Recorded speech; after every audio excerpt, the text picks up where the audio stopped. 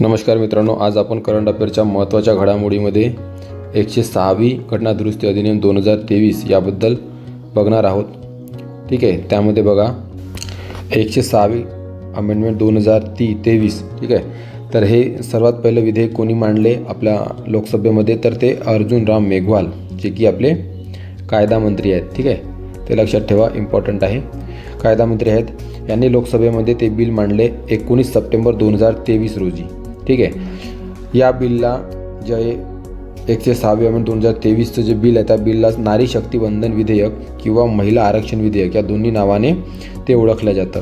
ठीक आहे, त्यानंतर बघा हे जे 106वी अमेंडमेंट होती त्याचं बिल जे आहे ते 128वे घटना दुरुस्ती विधेयक बिल होतं. ठीक आहे, 128वे घटना दुरुस्ती विधेयक, हे जे विधेयक होतं ते 128वे होतं. ठीक आहे, अमेंडमेंट जरी 106वी असली तरी विधेयक पण विचारले जाते, तर ते 128वे विधेयक बिल होतं, ते लक्षात ठेवा. 128वे. ठीक आहे, त्यानंतर बघा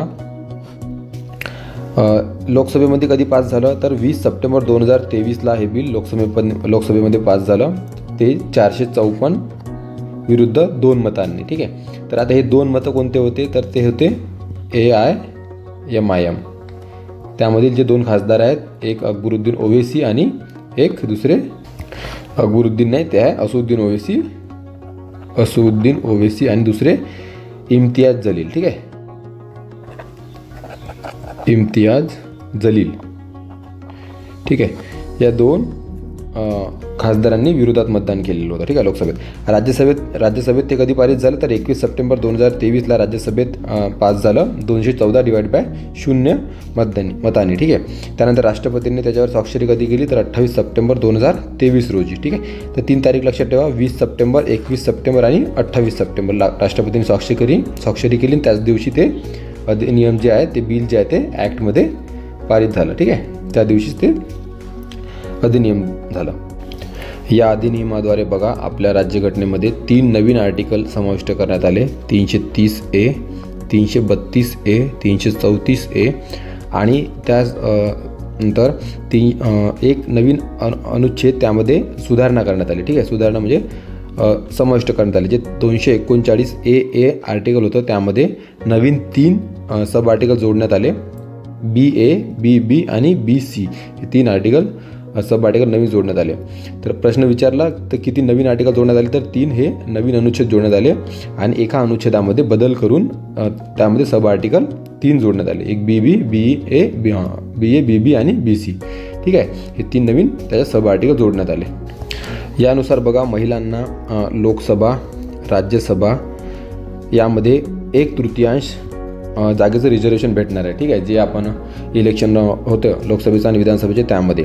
आणि यामध्येच जे आता सध्या SC आणि ST कॅटेगरीसाठी जे राखीव जागा असतात, ठीक आहे, भारतामध्ये राखीव जागा, त्यामध्ये सुद्धा हे महिला आरक्षण लागू होणार आहे. ठीक आहे, महिला आरक्षण त्यामध्ये सुद्धा लागू होणार आहे. महत्त्वाचे म्हणजे बघा की यानुसार जे विधान परिषद आहे, ठीक आहे, विधान परिषद त्यामध्ये हे महिला आरक्षण लागू होणार नाही आहे. ठीक आहे, आणि त्याच नुसार OBC महिला, ठीक आहे, यांना स्पेशल आरक्षण नाही आहे. ठीक आहे, हे लक्षात ठेवा, OBC महिलांना स्पेशल आरक्षण नाही आहे याद्वारे, आणि विधान परिषदेमध्ये पण महिला आरक्षण लागू नाही होणार आहे. ठीक आहे, त्यानंतर बघा काही इतर महत्त्वाचं यामध्ये बघा 330A नुसार, म्हणजे हे जे पहिलं कलम आहे त्यानुसार लोकसभेमध्ये महिलांसाठी 1/3 म्हणजे 33% आरक्षण महिलांसाठी राखीव जागा असतील 330A नुसार. ठीक आहे, त्यामध्येच 330 जे 2 सब आर्टिकल आहे त्यानुसार जे SC ST कॅटेगरीचं जे आरक्षण आहे, ठीक आहे, त्यामध्ये महिलांसाठी 33% त्यांचे स्वतंत्र आरक्षण राहील. ठीक आहे, आणि एकूण मिळून जे SC ST आरक्षण आहे आणि अदर जे अदर आरक्षण आहे, अदर जे ओपन आहेत, ते टोटल मिळून 33% जागा ह्या महिलांसाठी राखीव करण्यात येणार आहेत. ठीक आहे, त्याचप्रमाणे 332A नुसार जे विधानसभेसाठी आरक्षण आहे महिलांसाठी, ठीक आहे, विधानसभा त्यासाठी 332A नुसार 33% आरक्षण महिलांसाठी लागू होणार आहे. आणि जे 332(3) नुसार SC ST कॅटेगरीला जे राखीव जागेचं आरक्षण आहे, त्यामध्ये स्वतंत्र महिलांसाठी सुद्धा 33% आरक्षण राखीव करण्यात येणार आहे. ठीक आहे. आणि टोटल जे SC ST आणि बाकीचे ओपन मिळून टोटल जे महिलांचं आरक्षण आहे ते टोटल 33% असणार. ठीक आहे. त्यानंतर बघा हे जे 239A आर्टिकल आहे ते आहे दिल्ली विधानसभासाठी. ठीक आहे. तर दिल्ली विधानसभासाठी सुद्धा महिलांसाठी आरक्षण असणार आहे. ठीक आहे. आता यामध्ये 239A2BA हे जे आहे हे आहे ते जे नॉर्मल विधानसभेसाठी 33% आरक्षण आहे त्याबद्दल सांगितलं गेलेलं आहे. आणि BBमध्ये सांगितलं आहे की जे विधानसभेमध्ये दिल्ली विधानसभेमध्ये जे SC ST महिलांचं राखीव आरक्षण आहे, जे SC STचं राखीव आरक्षण आहे त्यामध्ये महिलांना 33% आरक्षण हे दिलं जाणार आहे. ते BB या सब आर्टिकलमध्ये सांगितलेलं आहे. त्यानंतर या BC आर्टिकलमध्ये म्हटलेलं आहे की जे राखीव जागा आहे महिलांसाठी 33% त्या संसद कायद्याद्वारे ठरवेल त्याप्रमाणे त्या भरल्या जातील. ठीक आहे. असं त्यामध्ये नमूद केलेलं आहे. तर लक्षात घ्या इथं पाँडिचेरीचा उल्लेख नाही आहे. तर ठीक आहे, ते लक्षात असू दे की पाँडिचेरीला हे 33% आरक्षण ज्या विधानसभेचं ते लागू होणार नाही आहे. बाकी दिल्लीला लागू होईल आणि बाकीच्या विधानसभा आहे त्यांना जे राज्याच्या विधानसभा त्यांना स्पेशली लागू करण्यात येणार आहे.